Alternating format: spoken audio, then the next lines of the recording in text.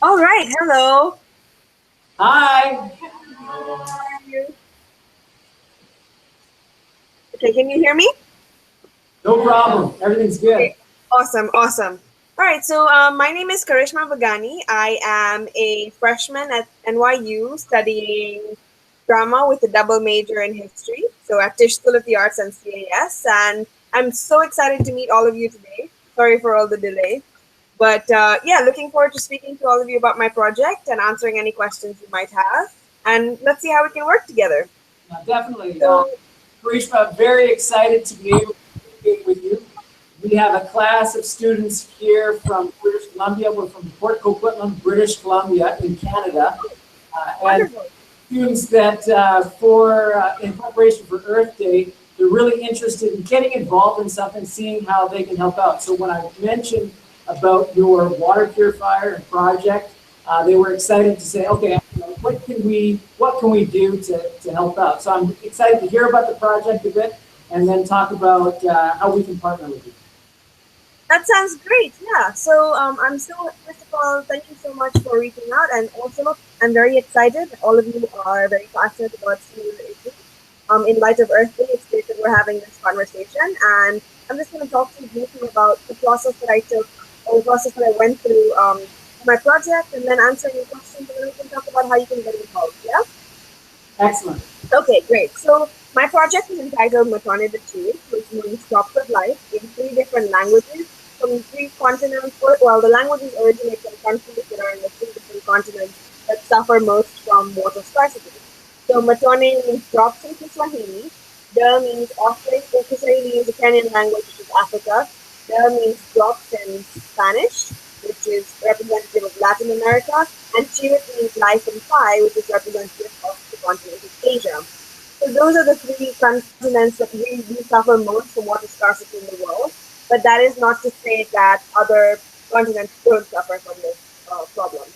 So I studied the NYP, CYP, and the IB program at my high school. I come from Mombasa, Kenya. So the Aga Khan Academy Mombasa was my primary school, my middle school, and my high school. And as part of my middle school project, I was required to come up with a personal project that I pursued for a year for my final year.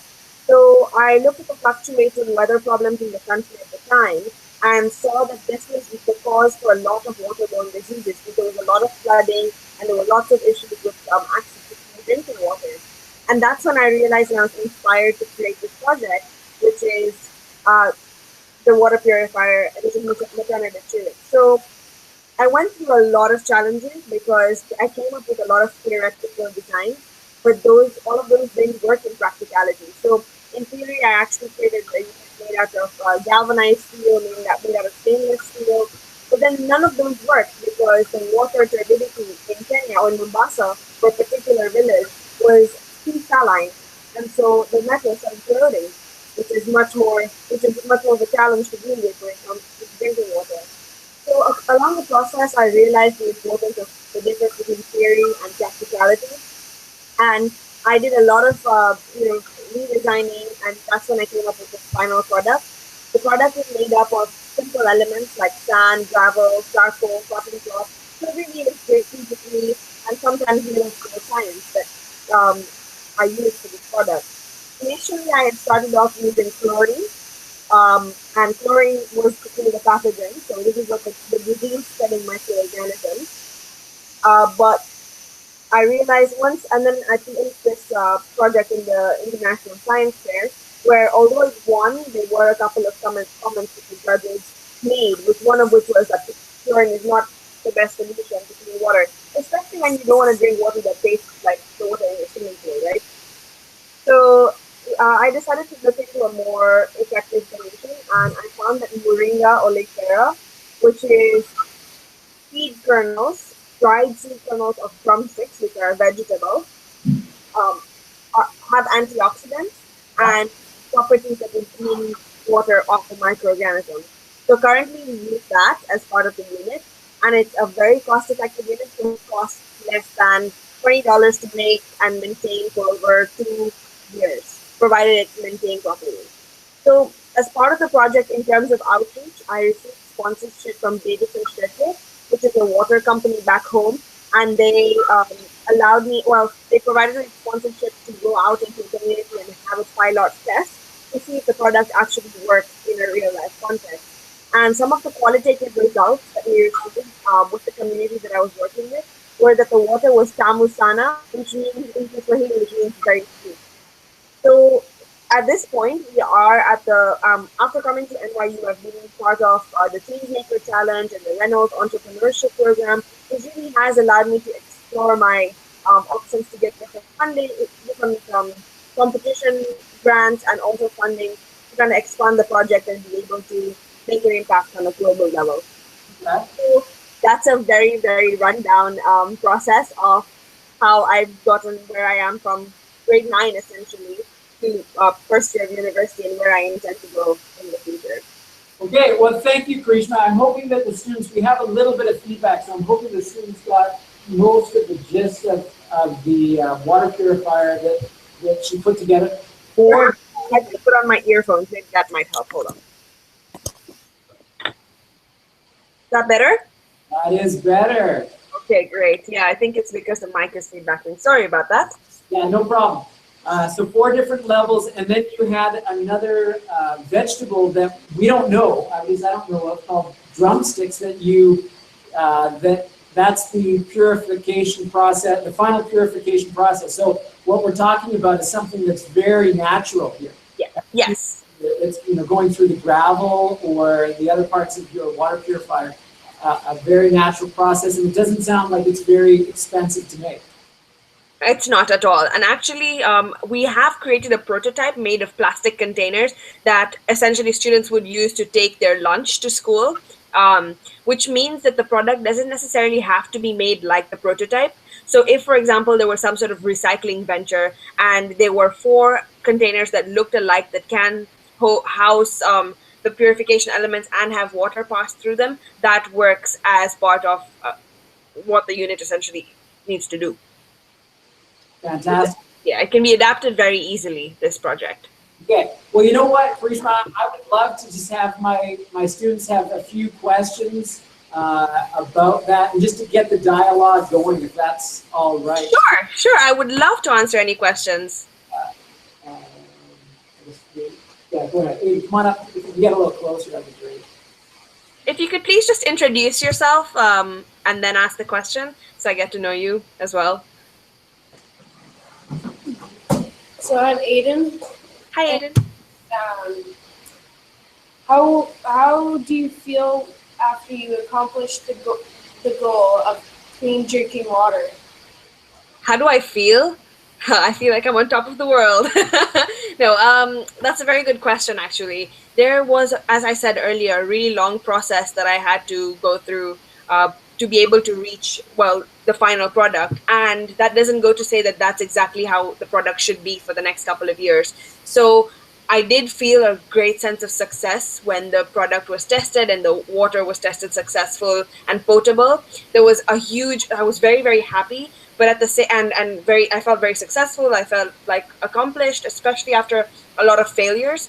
But at the same time, in the back of my mind, I knew that if we wanted to create a sustainable solution, I knew that I had to keep working at it, and I had that hope to continue the project so that it goes global at a point and goes on, becomes, a large scale thing. So despite the happiness and the joy that came from the success, at the back of my mind, I'd already started thinking about the next steps, thinking about what exactly I must do, what my role is to be able to expand it further. Yeah.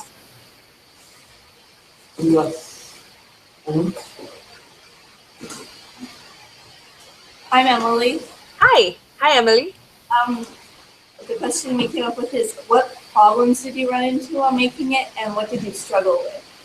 That's a very good question. So I did speak about it briefly, but I can speak about it a little bit more in detail. When it comes to the problems, aside from the difference between understanding the difference between practicality and reality, theory, sorry, not reality. One of the things that I really do think about at this stage especially is how the product can be modified and bettered so that it can start cleaning different sources of water. So currently the water that can be purified is borehole and river water, but depending on the turbidity, depending on the hardness, and depending on the location that the water is found in, the product is dependent. The success of the product does vary. And right now, in terms of my vision for the future, in terms of the challenges that we're facing, is to be able to create a product that can be adapted as easily as we would want it to for any kind of water. So, simple example, for borehole water, it is more easily purified as opposed to river water, which would take a longer time because river water has more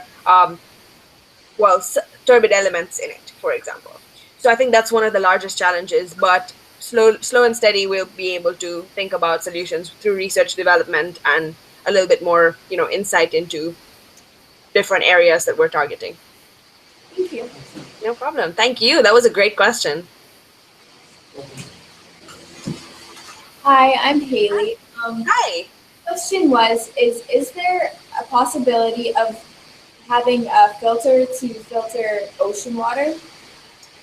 Very good question. And that kind of branches off of what Emily asked before. So the main challenge with ocean water is that it's very saline. And as part of my research process, I did a lot of literature review and also had a chance to visit a drinking water factory back home, which produces distilled drinking water for us to consume, like mineral water. And they use reverse osmosis, and actually they are able to purify saline water, which is ocean water, for example, or really saline borehole water. The main challenge with desalination is being able to get the salt out essentially from the water. And that takes a huge amount of power and a huge amount of electricity, or a huge level of electricity to, make that possible. So it kind of compromises the cost effectiveness of the product, and that's something that I really want to research into and look at in terms of future development, especially because we do have such a large reserve we have so many oceans and so much ocean water that we could actually use that to purify it. And I think cheap desalination is something that's worth researching into at this point. So yes, we are looking into it, but not currently, because right now the idea is to first distribute the units to people who do have access to that borehole water, that river water, but clean it further so that they're not falling sick all the time. Thank you. No problem.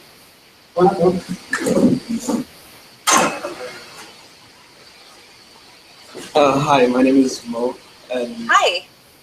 I was just wondering, in your opinion, do you think Kenya is overlooked when it comes to a country that needs any sort of external help? Do I think that Kenya is overlooked when that is a question that deserves a hangout in itself. It's a very good question, actually. I think in many ways, a lot of the assistance or the aid that many of the developing countries receive in Africa or in Asia or generally in the developing world are overlooked in terms of their needs. So there is a lot of assistance that is provided, and yes, countries are appreciative of it. But sometimes I feel that some of the assistance that is provided is not necessarily the kind of assistance that is needed. So let me give you a simple example. In my high school, which is the Aga Khan Academy, Mombasa, I don't know if you've heard of His Highness the Aga Khan, who's the Ismaili leader. Okay, so he started this network, the Aga Khan Development Network, and we're the first academy of its kind around the world. And one of the key things that His Highness says, especially when it comes to service projects for students, is to think about a needs assessment.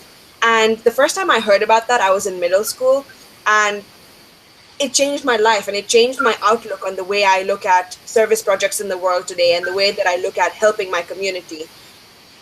A needs assessment is something where you actually go out into the community and ask them, or carry out comprehensive market research and analysis to see what the need is, as opposed to going out and saying, hey, you seem like you're being bitten by mosquitoes. Let me give you 1,000 mosquito nets, So essentially a needs assessment goes out and does the research into how many people are getting malaria in a year, are getting infected with malaria in a year, and how many people do really need mosquito nets, whether or not they're effective, what the success rate of these past projects has been.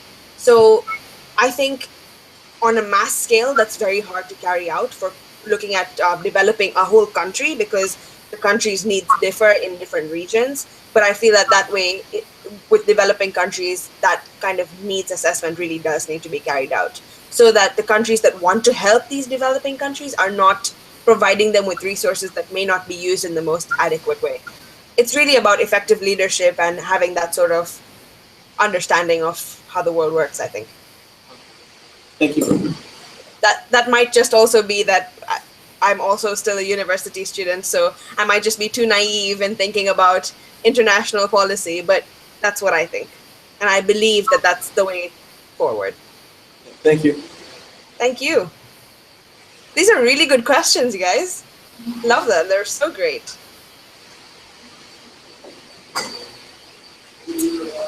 Hi, I'm Braden. Hi, how are you? Good, how are you? Good, thank you. And my question is, has anybody else helped you with this project?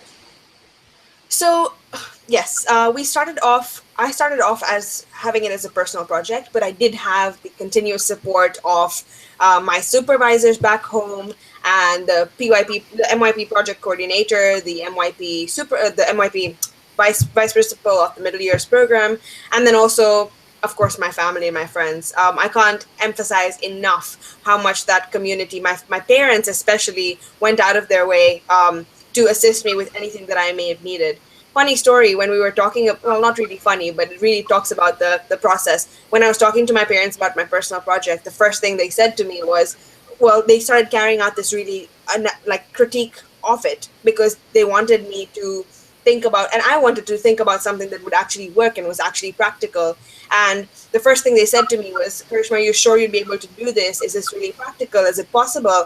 And with their help and support, with their questioning and with their assistance, I was able to really push myself, push my limits, and go ahead with the project in the middle school level. And when I went into high school, I took over this club, which dealt with providing clean drinking water in different communities around Mombasa. The club's name is Uhai, which means life in Kiswahili. And I took over that club with two of my closest friends.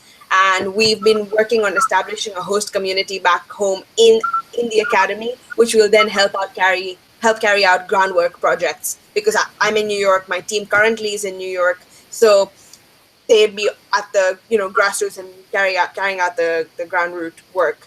When I came to New York University, I was part of the Reynolds Challenge, which is a seed grant challenge that allows you to network and connect with entrepreneurs, social entrepreneurs, and other individuals to establish a team. And through there, I was able to find three of my directors that are now helping out. We have the director of research and development, who is also my roommate. Which is great because we speak about it. I told her about the project and she was very interested. Our artistic director, who deals with the marketing and the logo and all the other artistic elements of the product and the project, is another very good friend of mine. And I met her through different social events here. And then we have the director of finance and the director of marketing as well. And who's at the School of Business, who's a junior at the School of Business currently. And I met her through the Reynolds Changemaker Challenge. So that is my team currently. Okay, thanks. Awesome. Good. More questions? Yeah, we have a few more questions, but then we want to talk a bit about just helping out and what you, some suggestions. Sure. I would love to speak about that, yes. Okay, but Cam here has a question. Okay, great. Hi, my name is Cam. Hi. My first question was, what motivates you to do what you do? Sorry, could you repeat that? My question was, what motivates you to do what you do? What motivates me to do what I do? A lot of things, I think. First and foremost, it's really giving back to the community. And I keep talking about my high school because it really has honed in the values that I pursue currently and that I believe in very strongly, is that never forget where your roots are. And this is something that I was brought up with even in the household that I live in my family. I was brought up with my grandmother and my parents, and so we lived in an extended family, and the first thing that we were always taught was never forget your roots. And growing up in Mombasa, Kenya, I've been surrounded with poverty all the time, and it's really horrific to see, because first I feel very fortunate because of where I am, because of the network that I've created and the fact that I had the opportunity to have such a great education. But at the same time, I have the people that I live with, my brothers and sisters, the community that I live in at the back of my mind all the time, because they don't have access to the resources that I do. And I believe that it will take a couple of years for them to have the access to the resources that I do. But there are small things that we can do that make a big difference. And seeing that smile on that little child's face when I gave her mother the purifier, and seeing the happiness on the grandmother's face in another family was just so rewarding. That's what gave me the joy and got me to want to continue this project. And I think that applies to almost everything that I do in life, because a lot of the times I get asked, like, how did you get into this project when you're studying drama and history? Like, where's the relation, because drama is something completely different, but it really is about a social change. And it sounds cliche, but we are the future. And if we can make the change, then we're bound to be in a better world. Yeah. All right, thanks. All right, thank you. That was a fantastic answer, and it's really exciting to have these students be able to hear that, as we kind of work together to make this world a better place. So Yes. Thanks so much for that. And speaking of that, so we would love to be able to, do something. These students are fantastic with their digital portfolios. They make movies and things like that. And so just as you've been dealing with different students kind of throughout, I guess, North America, maybe throughout the world, what kinds of ideas do you have as far as things that we can do to help out? First of all, I'd just like to say thank you so much for giving this opportunity to speak to all of you. You are truly inspiring, and I think that you must remember that you are the role models for the children who are growing up currently. So when they watch this webinar, when they watch you make the difference, it really does create an impact on them, and this is the way to go. So kudos to you guys. I salute to all of you, and salute to you, Sean, for working with this initiative and just getting all of us to make the world a better place. So in terms of involvement, I think, as you know, Earth Day is coming up. There are a couple of things that we would really appreciate in terms of help. Currently, we are trying to create a global impact in terms of raising awareness, because that's really the first place to start. Getting people more aware about the water scarcity issues, not only in Kenya, but around the world. Getting people more informed about what it means to have access to clean drinking water, and creating some sort of comparison as to how some people are privileged to, have 20-minute long showers, whereas others can't go a day without don't go a day without drinking, clean drinking water, and other people just don't have access to that. So I think at this point, we would really appreciate working together to create some sort of marketing resources. And I've been speaking to Fran and a couple of other schools where students are creating videos, marketing materials, websites, or a website for us, and flyers and promotional videos to not only speak about Matone de Chiwit, which is the purification unit and our initiative, but also just raising awareness about clean drinking water. We don't have a website, so if any of you want to create that website for us or create some sort of potential designs, we would love that. If you'd like to make any flyers that you would then distribute in your community, or posters raising awareness about water, anything artistic, marketing-based, we would love. And then perhaps at a later stage, once we continue working together, we could plan a larger event and a larger fundraising event. And the hope would then be that eventually in the years to come, for those of you who are really, really passionate, when we host our our second pilot program back home in Kenya, you'd be able to come and do it with us. Whoa. So that's the ultimate vision. But yeah, that's the place to start, I think. And our place really to start is we're working on a Padlet to put down some ideas. And I know that you mentioned Jen Cassett-Todd, or at least yes, you know of her. Yeah, and so hopefully we can work with her and the students that she's working with to put together some ideas. I think that would be great. As I said, I have our artistic director who is almost just finalizing our logo. So you can already really be part of a global mission, because schools from the USA, from Canada, I think a few from Europe, will then be working towards raising awareness for the same initiative, and each of your flyers or each of your projects could have the logo on it, so it becomes a united global thing. Yeah, definitely. Yeah. Well, Karishma, we have to get going. We thank you so much for being able to share with us. We really appreciate your time, being able to kind of come into our classroom, and if we can just give her a big hand. Thank you. Thank you very much. It was an honor to speak to all of you, and I will stay in contact with Sean. If any of you have any questions, feel free to email me at email us at matonedechiwit@gmail.com, and I hope to stay in touch with all of you, and we can make a difference together. Awesome. Thanks. All right. Thank you so much. Take care. Bye-bye.